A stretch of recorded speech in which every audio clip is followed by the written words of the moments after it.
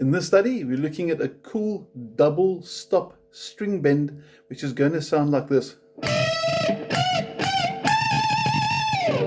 Now, what we're doing, for example, just to break it down, is we're starting with finger 1 on fret 12 of the first string. That note is E, by the way.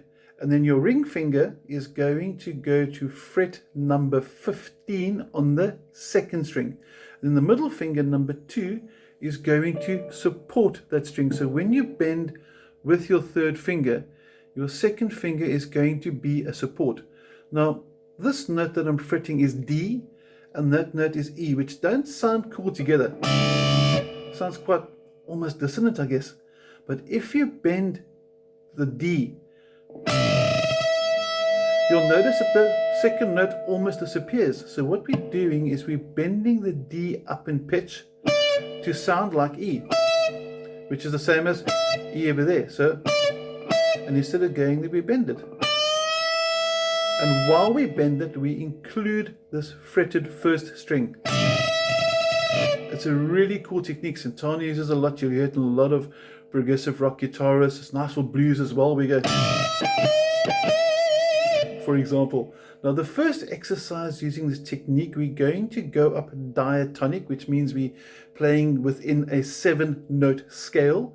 We're playing out of E minor, so we're going to go E, F sharp, so it's 2 frets up, then 1 more fret to G, G obviously being the relative major note to E minor for those that are theory wise, and we're ending on A. And you could actually, if you want to go further, go up to fret okay, right to the very end of here, cutting it fine now. But for starters, I want to get this. And the trick is to keep both notes ringing as long as possible with nice vibrato. So you can see this ring finger vibrating or vibrato. And then to keep the string quiet as well, I'm going to have all the other strings that I'm not playing quiet. I'm going to rest my thumb on the top 3 strings. So check here.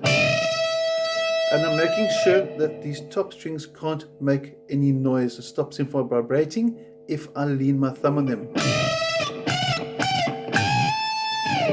And it's a really cool technique if you want to get your string bending nice and smooth. Now, we mentioned blues as well, so I'm going to change the pitch a little bit. I'm going to have a little less overdrive this time, a little less intense, something more like this. Now, the same technique still sounds cool. Check this out.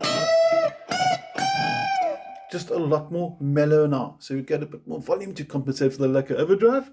And we're going to bring the pinky in. We're going to make the pinky work now. So we're going to sit and do the same technique we just learned about a minute and a half ago. And while it's bent, watch my pinky. You can see what's happening over there. The pinky's coming in onto the 15th fret of the first string.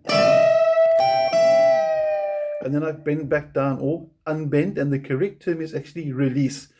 Now, I've got a bit of an issue with the term release. I understand why they say release, but I also don't understand, because if somebody says to release something, I think, now I've released, and that doesn't sound cool. So even though unbend might not be a grammatically correct term, the term release that they use for unbending just means you return the note to its pitch. So it's bent and released. And in the process of doing that, the pinky goes onto the first string underneath. And then you can do a second bend, or you can bring it down. So you've got different things you can do with it. Now, watch my middle finger on my picking hand. This is what they call hybrid picking, where they actually pick with the plectrum. And then I bring the middle finger in for the pinky. So it's a nice technique to master. So a bit of an overview, using a double stop with the bend with the pinky and the middle finger, or you can use those strings. Also a very nice double stop technique as well. And this time we're going to go to the third string, fret 14 with the ring finger, still in the key of E minor, which is the same as G major. They're related for those that have got the theory behind them. And I'm going to bend the 14 to sound like a 16. And I'm going to bring the pinky down later over here. So check this out. There's the pinky on fret number 15. Ring finger is on number 14. And I can do this. Also, same technique. It's a nice sound to it as well. And then I can also do the same without the double stop and bring the double stop in halfway through. So I've got choices. I can start with both notes like this, or I can do one note first and bring the second note in later. There's different ways to do it. So to list every single mathematical technique and combination of when to add two notes, when to pick a string, and all that could get quite silly. It's more the concept that you're learning right now. Now, what's this pinky, the flat finger here? We're going to now add an extra note in. Now, this I stole from Mark Knopfler, and he started somewhere, I'm sure, but I like Mark Knopfler, so Dire Straits is cool. Okay, and check this out. And we're actually bringing in now the first string, second string, and third string one more time. And then also watch this hybrid picking. It's going to be bend, or I can leave the bend up in the air. And that actually is actually a G chord, just for by the way. Okay, I'm not going to prove that right now. That's not about that. Just trust me. If you want to have more information or a debate about G, contact me. Okay, so right now we've learned some cool techniques. We can use a nice high gain for. We can do a double stop with a pinky. We can use the pinky for 3 notes. We've learned the hybrid story. It's also referred to as chicken picking, believe it or not, which is more sort of a country term, but the concept is the same as hybrid picking. And all hybrid means is I'm using a pick and my fingers at the same time. So that's some cool little double stop techniques you can add to your soloing. Other little ones, you can take this exercise and you can go, and that's quite a cool one to use as well. It's still from E minor pentatonic. We're going out of the diatonic over here to pentatonic a bit. Nice little phrase to do in your E minor pentatonic. And I take advantage of those 2 notes, and I use my hybrid picking again to pluck strings 3 and 2 on 14 and 15, frets 14, 15, and I slide it a tone up and back. And I come back to fret number 12 for double stops again. So there's a whole lot of different double stops we can do. We can do it in the bottom 2 strings. Also works quite nice. You can go for a completely clean tone as well, and something like this. I think a bit more volume would be a good idea. And there we go, a bit more volume. You can do the clean tone.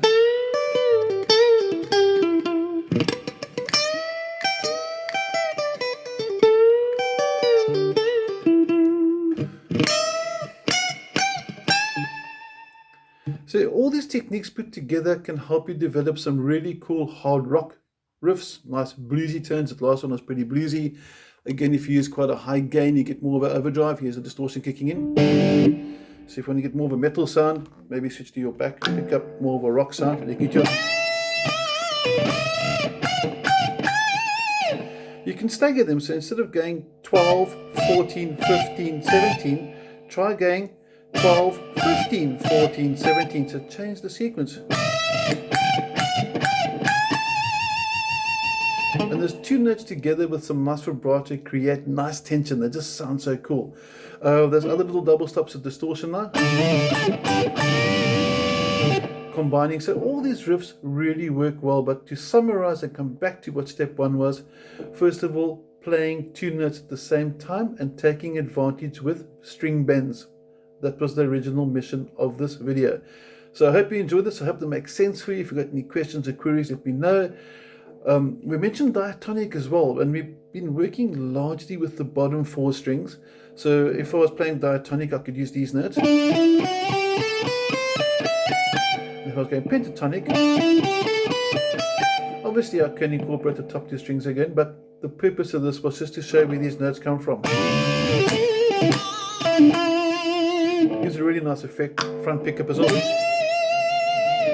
Play with your vibrato, the hustle with single coils, they do give a little bit of hum. So have some fun with them, get your inner Aussie out, your heavy metal going, get your Bonamassa going, blues it up a bit. Have fun and experiment. The whole terminology of improvising is exactly what it's called. It's called improvising. So learn these techniques, apply them. We all basically use the minor pentatonic and the diatonic scale. The name for the diatonic scale in E minor, for example, would have been the E natural minor, but that's a study for another day. In short, enough talking from Ian. I hope you got some cool techniques out of the whole thing, and enjoy.